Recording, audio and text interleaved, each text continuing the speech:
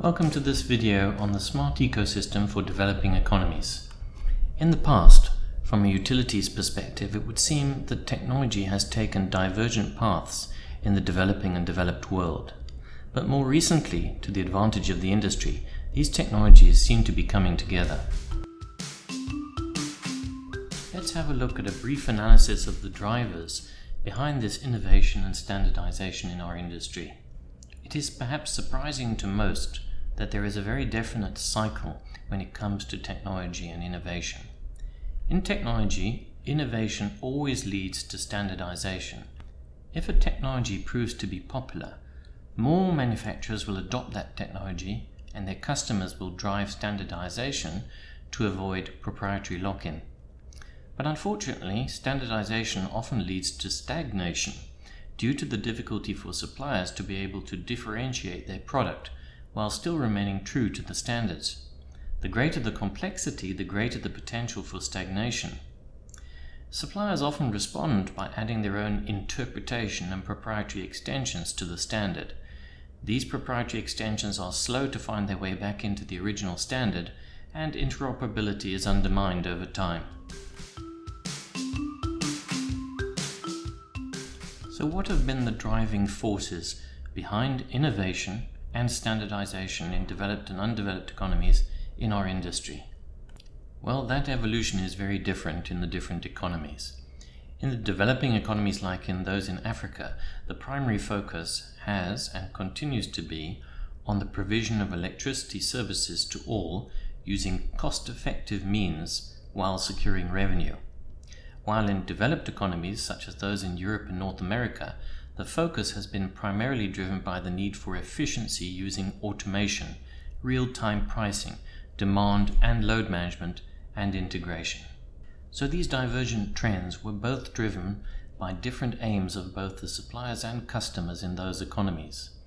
These diverging interests and technologies have continued for a considerable period, further complicating efforts and commitment to merge them. Specifically, I'm referring to prepayment for electricity services is not widely adopted in most developed economies, as there are few historical and economic factors which inhibit payment for services, whereas smart meters require extensive capital and widespread communication infrastructure that just aren't practical and economic in large-scale deployments in developing economies. Doubts have arisen regarding the adoption in developing countries of technologies produced for developed economies, and vice versa. Global standards have a strong bias towards the complex requirements of the developed economies, often making their application in developing economies impractical and expensive. In an attempt to avoid proprietary supplier lock-in, there is an over-reliance on international standards in the hope of ensuring interoperability and integration, but often at the expense of cost, complexity, and inapplicability. In many cases, compliance with the standard is open to supplier interpretation and self-accreditation, which severely compromises its interoperability.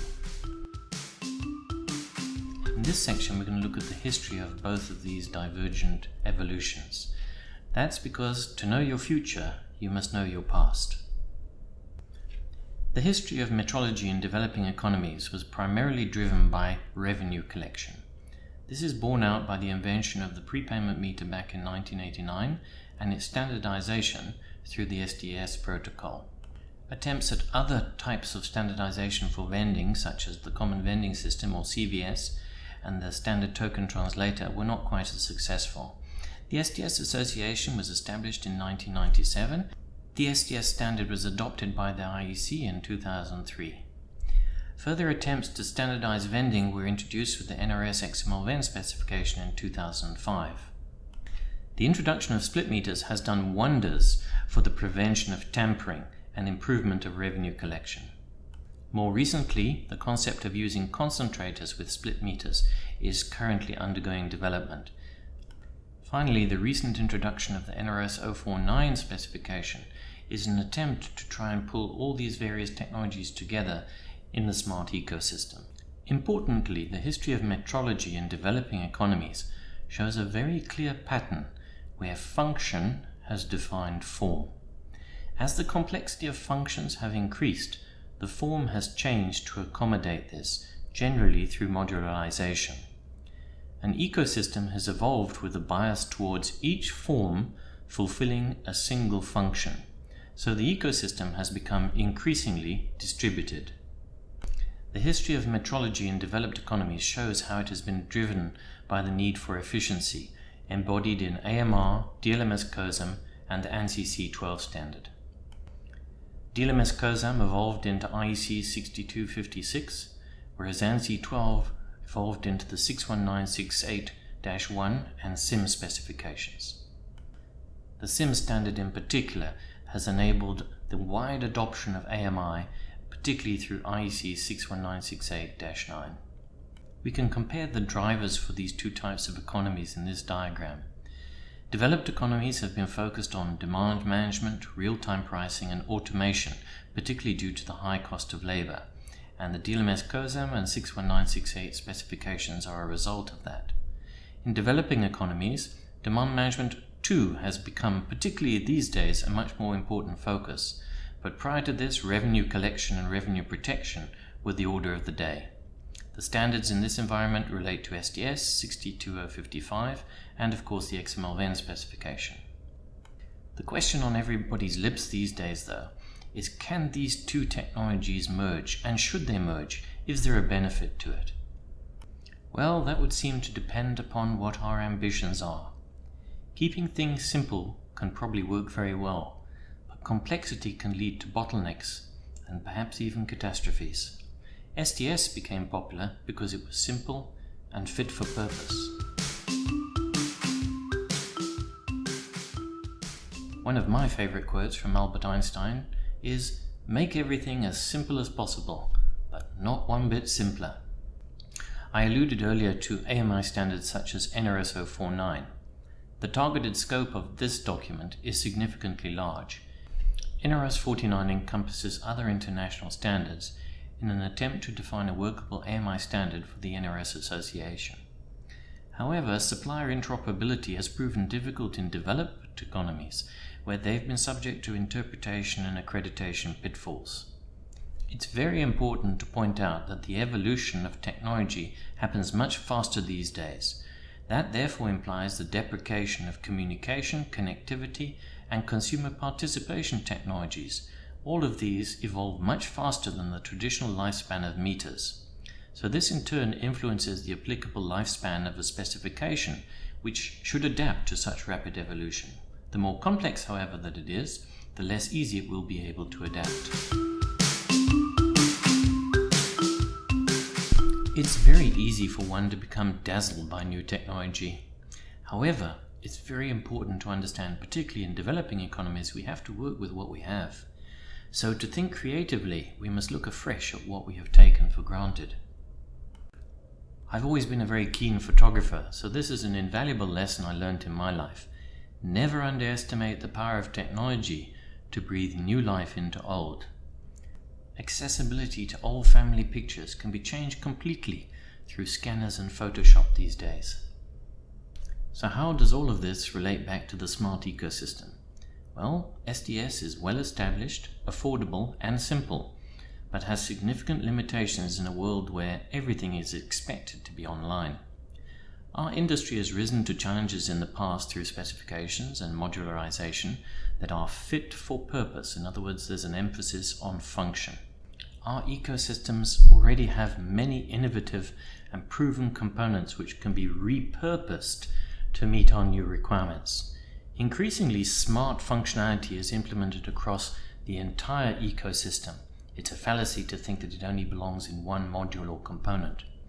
And the history of our industry shows that we need to think in terms of smart ecosystems rather than simply smart meters or devices.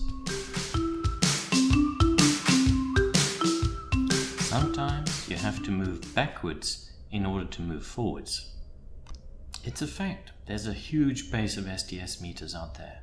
Why? Because they accomplish the prepaid metering requirement in a cheap and simple manner. So what's the problem?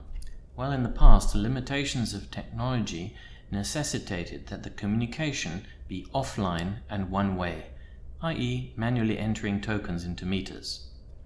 Utilities and consumers are not able to reap the many benefits afforded by AMI, which requires two-way communication. Let's not fool ourselves. There's no way to replace all of these meters with AMI smart meters that's both practical and economic in our developing economies. As Einstein tells us, to regard all problems from a new angle, a new perspective, that requires creative imagination. The conclusion is unavoidable. We have to work within the confines of what we have. We must make the existing STS meters smart. We must enable them with two-way communication. Like those photographs I was telling you about, we must find creative ways to breathe new life into old technology. This philosophy is embodied in the SmartWorks Smart STS product. For further information, please contact Kearney SmartWorks. Before I summarize what we've covered, let me quote from Leonardo da Vinci: "Simplicity is the ultimate sophistication." So in summary, innovation is a key driver of change. It's generally proprietary in nature. Standardization encourages interoperability but can inhibit innovation. It's easy to get distracted by complexity, which can lead to stagnation. The history of our industry in developing economies clearly shows how function has driven form. An ecosystem of specialized components has evolved through modularization, and increasingly each module provides a single function. Business requirements or use cases increasingly span the entire ecosystem. And based on the past, the current focus on increasingly complex smart meters could be considered to be counter-trend.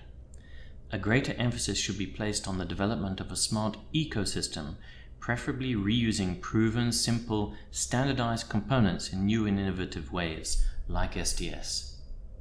The future is the smart ecosystem. Thanks for watching.